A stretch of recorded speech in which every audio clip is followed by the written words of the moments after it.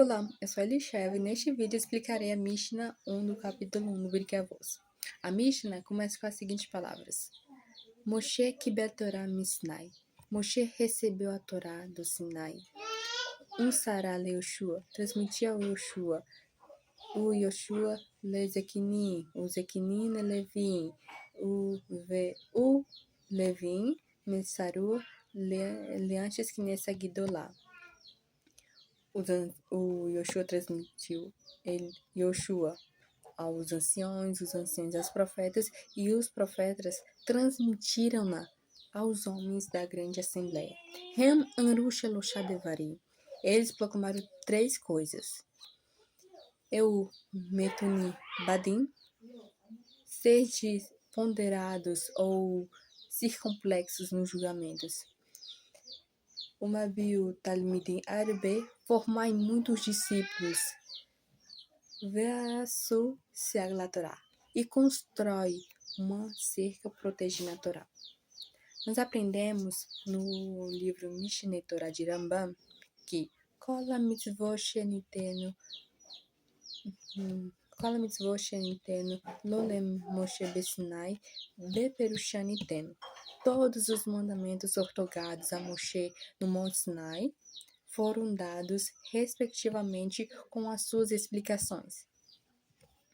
Shenemar, como está escrito em Shemos 24:12. Vetna lecha et luchos haven ve'atorá ve'amitzvah. Darei para vós as tábuas de pedra, a Torá e a mitzvah. Torá zo Torá shebirtav. Torá, essa é a Torá escrita. Ve'a mitzvah zo perushá. E a mitzvah é a explicação dela. Vetzvanu lassos a Torá al pi a mitzvah. E somos ordenados a cumprirmos a Torá segundo a sua explicação. O mitzvah zo ianikras Torá shebal pe. E a mitzvah é chamada de Torá oral. Bom, tem 2 motivos para a Mishnah começar com o tema da origem da Torá. O primeiro motivo é para mostrar a necessidade que nós temos da Torá oral, porque ela nos ensina como devemos aplicar a lei, qual a explicação de um trecho, como devemos, por exemplo, criar uma sukkah. No tratado Berachot trata sobre as bênçãos do Shammah. O tratado de Shabbat se trata sobre as, digamos assim, se você tem um objeto, se você pode transportar ou não. E o segundo motivo é para mostrar que a transmissão da tradição foi transmitida sem nenhuma interrupção. Nós recebemos, nós pegamos ela e passamos o próximo. Do mesmo modo, nós não modificamos nada da Torá. E Moshe Kibel Torah Misinai, Moshe recebeu a Torá do Sinai. Geralmente nós usamos alguns nomes geográficos para designar alguns conceitos. Quando dizemos, por exemplo, de Tzion sairá a Torá, nós estamos referindo aos sábios, não a um monte, assim, mas os sábios vai sair a Torá. Analogamente, quando dizemos do Sinai, nós estamos nos referindo ao Todo-Poderoso que se revelou no Monte Sinai.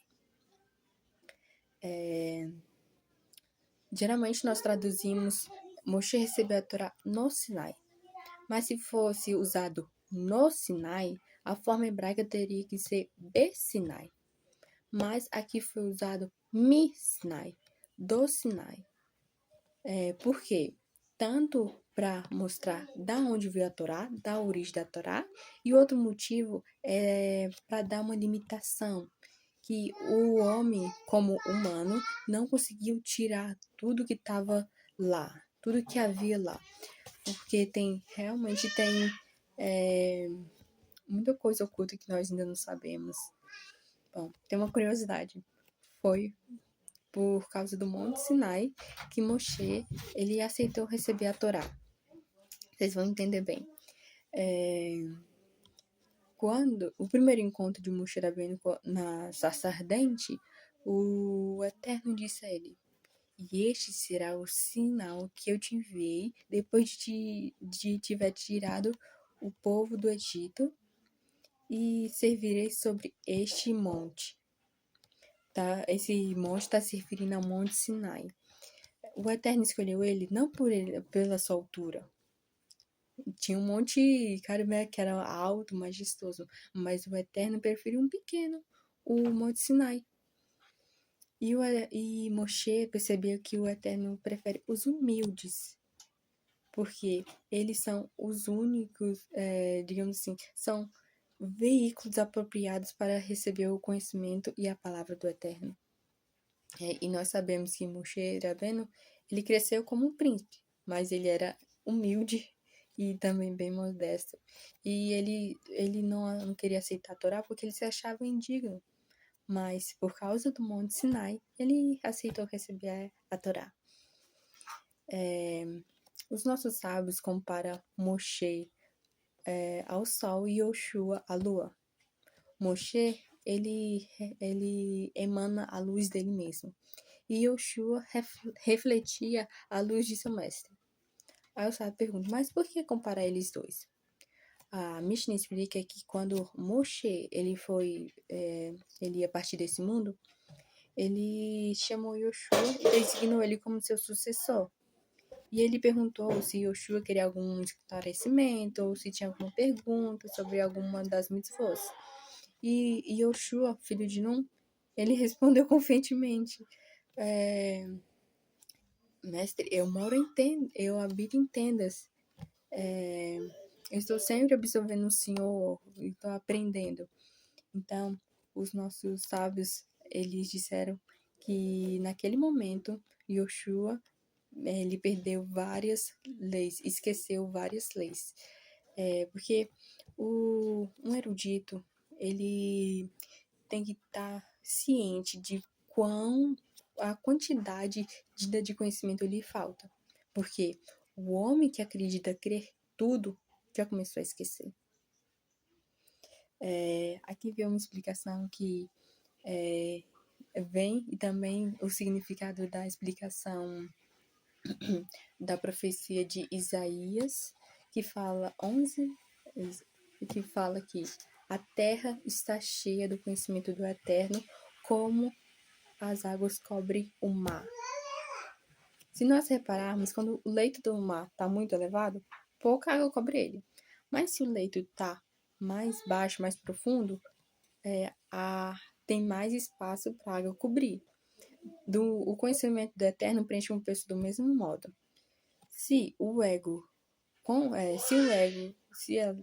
Quanto menor o ego, mais conhecimento do Eterno pode ter. Quanto maior a presunção, menos conhecimento da Torá, menos espaço para a Torá, tem o conhecimento da Torá. E vem uma pergunta: como que era o mundo antes da Torá? Quais valores que eles adotaram? Os nossos sábios explicam que o povo antigo, eles observavam muito a natureza. Mas nós sabemos que nossos patriarcas, eles já tinham conhecimento da Torá. Por exemplo, nosso pai Abraham, ele praticava a beneficência, Gimilut Hassadim, as boas ações. Ele gostava de ser repetitivo com as pessoas, chamava elas para comer, sentar em uma mesa. Nosso pai Yitzhak, ele fazia as tefilós deles, ele passeava no campo, isso significa que ele rezava. E nosso pai Yaakov, ele estudou na Torá diz que ele habitou em tendas, que ele estudava e também que ele estudou na escola de Shem. E também o povo Israel foi salvo por 3 motivos. O primeiro, que eles mantiveram tradições, como o Shabat, Tahara Mishpacha. O outro motivo foi a língua, que eles mantiveram, o hebraico, e os nomes, certo? Mas a resposta dessa pergunta é que sem a Torá, a moralidade fica sujeita ao interesse dos poderosos. E a ética e a moral fica um pretexto digamos assim, para a escravidão, digamos assim, certo? E o conceito de transmitir, você não consegue transmitir algo que você não sabe. Moshe, ele conheceu a Torá, ele aceitou a Torá, ele amou, ele tornou parte dele mesmo. E nós aprendemos que algo que a pessoa não sabe, ela não consegue transmitir. E também Moshe viveu a Torá, certo? Um exemplo disso é que quando Moshe Rabbeinu, ele ascendeu para receber a Torá, os anjos se opuseram e falaram, e perguntaram ao Eterno, argumentaram, por que você vai dar uma joia preciosa a um mortal? Aí Moshe veio interveio. O Eterno deu os 10 mandamentos para libertar o povo de Israel, que estavam escravos lá. Por acaso os anjos foram escravos lá? Nós temos o preceito de honrar pai e mãe. Por acaso os anjos têm pai e mãe? Nós recebemos a lei de Kashrut. Os anjos comem? Então, os anjos, eles não viveram de fato assim. Então, eles não conseguiam transmitir. Tem uma explicação que quando um bebezinho está na barriga da mãe, os anjos vêm e ensinam toda a Torá. Para quê? Para que quando ele estiver aqui fora, ele seja mais fácil dele cumprir. Mas quando o bebê vai nascer, o anjo dá um tapa e aqui, ó, e os bebezinhos esquecem. No judaísmo, nós só podemos transmitir algo se nós vivemos aquilo, certo? E a questão de transmitir, nós devemos transmitir a Torá às próximas gerações, mas de modo algum nós modificarmos ela. Jamais a Torá deve ser alterada ou modificada, ou nem mesmo o profeta pode mudar a Torá, certo? Yoshua transmitiu aos anciões, os anciões aos profetas, os profetas transmitiram aos homens da grande assembleia. Bom, a grande assembleia, ela era formada por 120 homens. E eles foram chamados de grandes porque eles conseguiram reinstalar a Torá na vida do povo. Nós sabemos que antes Agidolá, que nesse Agidolá, eles viviam no exílio babilônico, tinha acontecido a queda do primeiro templo. Então foi um momento bem difícil para o nosso povo. E assim, essa Mishnah vem ensinando aqui, transmitiu a Torá aos homens da grande assembleia, aqui para mostrar a veracidade, que não teve nenhuma interrupção, que nós recebemos a Torá e transmitimos de forma do texto original, tudo original. Nós não tivemos nenhum empréstimo das outras nações, certo? E os homens da grande assembleia, eles instituíram os vários quetanos, como tefilá, e também as leituras públicas da Torá nas segundas e quintas. E aqui a gente percebe que nós devemos distinguir o que é de Oraita e o que é de Irabanã. De Oraita foi as leis dadas diretamente pela Torá pelo Eterno. E de Irabanã são decretos rabinos, como esse da leitura da Torá, nas segundas e quintas. E também no livro do Ari Kaplan, nas Águas do Éden, ele vem trazendo 3 categorias de mandamentos. O primeiro é Mishpatim, que é julgamento. Se a pessoa tem um bom julgamento, como que ela age, como que ela age nos negócios, certo? A segunda categoria é dos testemunhos. Está relacionada às festas, Pesach, Shavuot, Sukkot. E a terceira categoria fala sobre as leis Hukim, inteligíveis, que nós recebemos elas, cumprimos, mas nós não sabemos o real motivo. Por exemplo, a kasherut. Aqui, a kasherut não é somente a dieta que nós temos de alimentação. É tudo. Eu até mesmo aprendi com a Rabi Enia, esposa do Rabi Sander, que kasherut vem trazendo tudo que é adequado ao judeu, desde a comida que ele come ao sapato que ele calça.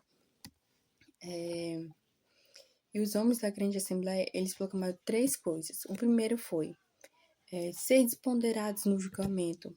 Quando a pessoa tiver que julgar, ela tem que considerar muito os fatos, as evidências, e a sentença dele deve ser justa e imparcial. E também deve fazer bastante reflexão antes de dar um veredito final. E sem nenhuma influência. O Talmud relata que a história de um barão, que ele era presidente de uma comunidade. Ele chamou um jovem rabino para ser o guia espiritual da comunidade. Aí, no passado tempo, o primeiro julgamento que o rabino tinha que atuar, ele chegou lá e viu que a primeira pessoa que ele ia julgar seria o barão contra um pobre da comunidade. E o rabino analisou todos os fatos, as evidências, e ele disse para o barão: olha, eu olhei todas as evidências e cheguei a uma conclusão que a sentença está contra o senhor. Então o barão olhou para ele e riu e ficou feliz e falou assim: este é o rabino que eu quero para a comunidade. Um rabino que julga com o din da Torá, com o julgamento da Torá. A Torá é a nossa lei e nós devemos cumpri-la, certo? A segunda coisa que os homens da grande assembleia proclamaram foi uma biu talmidim arbe, formar muitos discípulos. A palavra formar, ele também pode significar literalmente ficar em pé, pôr de pé. Nos países orientais, é um costume os professores sentarem no chão sobre uma almofada e os alunos em pé, e com ombros para trás e dignos. Porque a tarefa de um professor é ensinar para o aluno um senso de independência. A pessoa tem que criar sua própria opinião. Tem que ser dignos, tem que saber qual é a nossa história, ter uma base. Nós aprendemos que quando nós ensinamos criancinhas judias sobre a Torá, a nossa história e o que o judaísmo trouxe ao mundo, nós estamos pondo aquelas crianças andando sobre seus próprios pés, estamos dando a nossa identificação. Os sábios, eles observavam bastante a mentira, e eles diziam assim: a mentira não tem pés, a verdade tem. Porque se olharmos a palavra hebraica sheker, mentira, as letras são Shin, Kuf e Resh. O Shin tem todo o corpo para cima, ele não tem pés. O Kuf só tem uma perna delgada e o Resh tem uma perna curta. E essas letras estão uma perto da outra para se manter juntas. Então, assim, mesmo a pessoa contando muita mentira que o povo diz que acaba se tornando verdade, isso é mentira. A mentira, sempre a verdade vai permanecer. Um exemplo disso é o nome dela, em hebraico, Emes. As letras são Aleph, Men e Tav. Aleph tem 2 pés maciços. O Men tem um pé e tem um encalço, assim.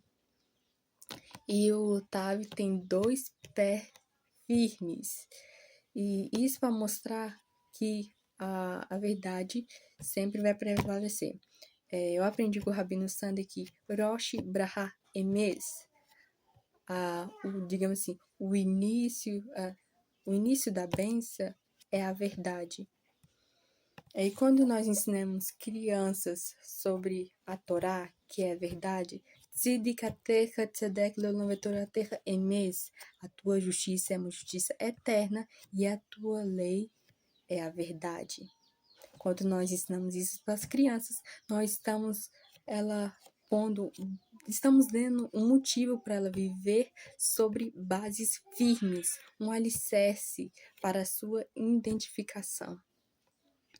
E última coisa que os homens da grande assembleia proclamaram foi: Vassur se aglatorá e formai e constrói cercas protegendo a Torá. Como assim protegendo a Torá? Mas está falando para o homem fazer o quê?